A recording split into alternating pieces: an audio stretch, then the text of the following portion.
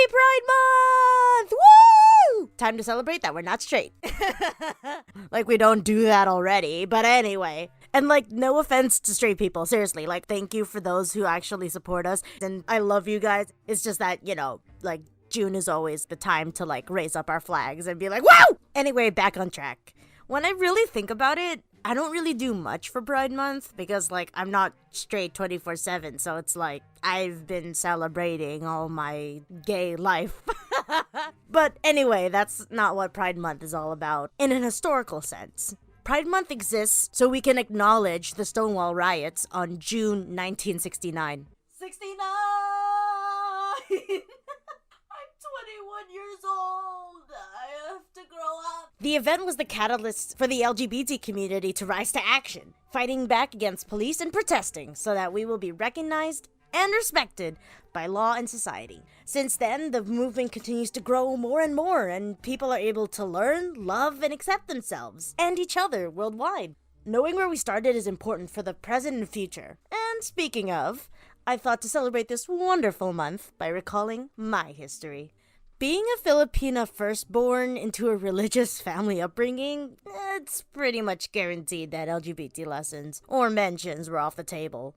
Unless it was about spewing how being anything other than straight is bad. As long as I could consciously understand commands, lessons, and respecting authority, I took their views and opinions on the matter and made it a part of mine. I was constantly told by my mother to not be a lesbian. And I mean, to this day, she still got what she wanted, so no hard feelings, I guess. Anyway, she said it with such distaste that my mind had lesbian equals bad, gay equals bad immediately. As a child that didn't want to upset my parents, I thought, alright, just date and marry a Filipino Catholic boy. Sorry, Mom and Dad. So then, my teen years started. Despite everything so far, creeping thoughts started to develop in the back of my mind. Every time I walked through my school halls, I usually found myself looking at girls for longer than I should, as a straight person. At the same time, I entertained the thoughts of having relationships with those girls. Of course, I always dismissed them, but it never truly went away. It didn't bother me too much at first, but over time, it started to make its way into my core thoughts, and never left. I didn't think I was a lesbian because I still got attracted to guys. And the vice versa, I didn't think I was straight because I started to accept that I was attracted to girls, despite my only knowledge of anything gay or lesbian, and the like. I was so confused and frustrated, which made me anxious and sad. I felt like I was on the wrong path, like there was something wrong with me. That is, until I had planning class in grade 10. And for context, planning was a class for life lessons like budgeting, career choices, self-exploration, etc., etc. Okay, side tangent, I love that class for the big reason I'm about to tell, but I really want to shine a spotlight on something. The teacher had a thing called the question box. Anyone in the class can anonymously write a question on a piece of paper, fold it, put it in a box, and every class before we start lessons, the teacher would answer them. It was a great way for people to get answers they needed about anything, and or get another person's views and opinions on specific matters, without feeling embarrassed. That was such an underrated system, and I wish I still had something like that in my life. Anyway, back on track. One day, the teacher focused on self-exploration/reflection, and taught about the LGBT community. She told us what each letter stood for and information about them. I knew what L and G stood for, and I learned something new from T, but then I heard what B stood for, and suddenly everything but what I just learned faded away, like white noise. I felt like I became a new person, and I realized why. I found what described what I was feeling. Liking guys, liking girls. I was bisexual. All the worry about whether I was straight or gay immediately washed away. I was elated, ecstatic, and felt like I got a huge weight off my shoulders. The years since then were filled with a confidence I'd never felt before. I was so confident, in fact, that I came out to my entire school friend group at the same time. Needless to say, I was proven right that I chose the right people to hang with. While I was at it, I came out to my closest family, which was maybe like a handful of people. I may have felt a surge of confidence, but I was still afraid of what my parents, my brother, and others would think of me. Like most people in the LGBT community, I was still mostly in the closet. Homophobic family and people made it very easy to stay inside. And of course, religion was a big factor, which really, it shouldn't be. I'm not gonna get into it too much, but God said that he loves everyone, meaning that he doesn't draw a line in the sand, right? Yet gay or anything of the like people are exempt? Seems hypocritical. Anyway, the belief was, of course, embedded into my parents and brother. Like I said, religion was a big factor, but as individuals, they found LGBT unnatural and couldn't understand or accept those in the community. What was worse is that they seemed like they didn't want to learn or listen to understand. As you can imagine, or know by experience, it made it really easy to just be myself around those who are willing to have an open mind. And just as easy to avoid certain topics and mannerisms around those who might think the worst of me. From the middle of high school to the end of college, I embraced my bisexuality and loved every bit of it. During those years, I also learned more about the community. Turns out, as I was growing, the community was doing the same. More than 2 genders and partners, new sexualities, and the one that made the most impact on me at the time, the difference between romantic and sexual identity. I learned that while someone may be asexual, meaning that they're not interested in a sexual relationship, they would like to be in a romantic relationship. With time, I reflected on what I learned and see if I could refine my identity. I could have stayed strictly bisexual, but I didn't want to feel like I did the last time. No more confusion. I have learned, and I will apply my new knowledge. I realized that I was still bisexual, but not biromantic.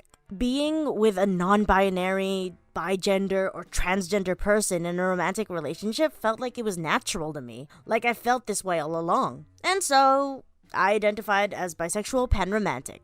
But, of course, that wasn't the last time I reflected and learned. A year and a half ago, I got together with my current boyfriend. I could gush about him for a long time, but I'll save it for another story. Maybe. Anyway, he's trans. Though long distance, we take turns going to visit the other for a time. We've gotten to know each other more, gone on dates, and enjoyed each other's company. Since we got together, I once again reflected on my romantic and sexual identity. Throughout my years being in the community, I have gotten more open-minded. I realized that I loved anyone. Like, it wasn't a huge deal how they identified themselves. I respected them and saw them as a person. I also realized that I thought that all along, and that me saying I was panromantic was just a safe bet than changing my sexuality. It didn't seem so clear then, but eventually it did. And I'm glad it did, because I felt so sorry for not being honest about myself. But knowing who I really am drowned the negative thoughts. I am pansexual! Once again, I felt a huge surge of confidence. But for every high, there is a low. Trouble and negative thoughts engulfed me one day while I was praying with my family, and it was so bad that I cried a lot. My mom noticed and asked me what was wrong and that I could tell her anything. Me still being defensive of what was really going on with me, I came out as the safer bet. I really didn't want to in that moment, but I couldn't get into everything that was draining me. It was just too much at the time. My mom didn't speak for a moment, but just tugged me and said that she didn't quite understand, but it was okay. So, while I was still afraid, I had my mom come out for me to my dad. Which, thinking about it now, was like one of the most terrible decisions I've ever made in my life. That should have been, something that came from me. He didn't speak ill about it. In fact, he spoke nothing about it. My dad's never been into emotions and stuff like that, so it was not a big deal. My brother was the hardest person to handle. Everything I was, he was the opposite. Like, he's the type of guy I'd rather avoid and just cut ties with. As expected, he spoke ill of it for days, weeks, months.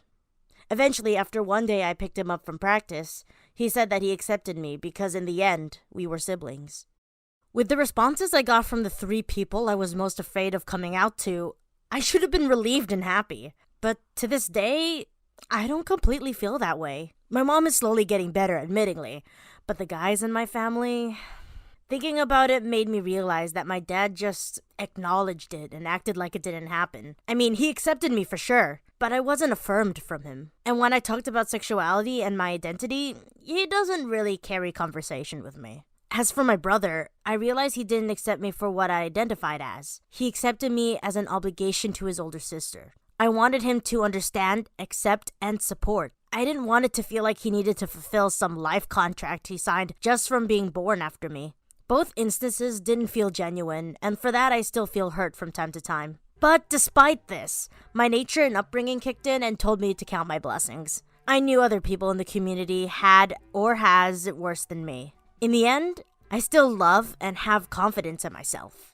Though this is where my LGBTQIA plus journey is right now, I am still learning and changing. This is what makes everything I experienced and will experience so amazing. Never before have I met so many kind, supportive, and lively people, felt so liberated, and most of all, been so confident in myself. Self-esteem is hard to come by. It's really, really easy to doubt yourself and just hide behind a mask. So that's everything to me. I have my Planning 10 teacher to thank for being such a pivotal influence in my life. And I want to thank you for being a part of my ever-going story. I hope that my story resonated with you or even given you a push in your own story, whether you're a part of the LGBT community or an ally. I believe that everything happens for a reason, no matter how good or bad it affected you. If you have no one to lift you up with a small pep talk, or if it's been a while since your last one, let this be a reminder. Always be proud and confident in yourself, and never stop supporting each other, learning, and in turn, understanding. In the words of Confucius, to put the world in order, we must first put the nation in order. To put the nation in order, we must first put the family in order. To put the family in order, we must first cultivate our personal life. We must first set our hearts right.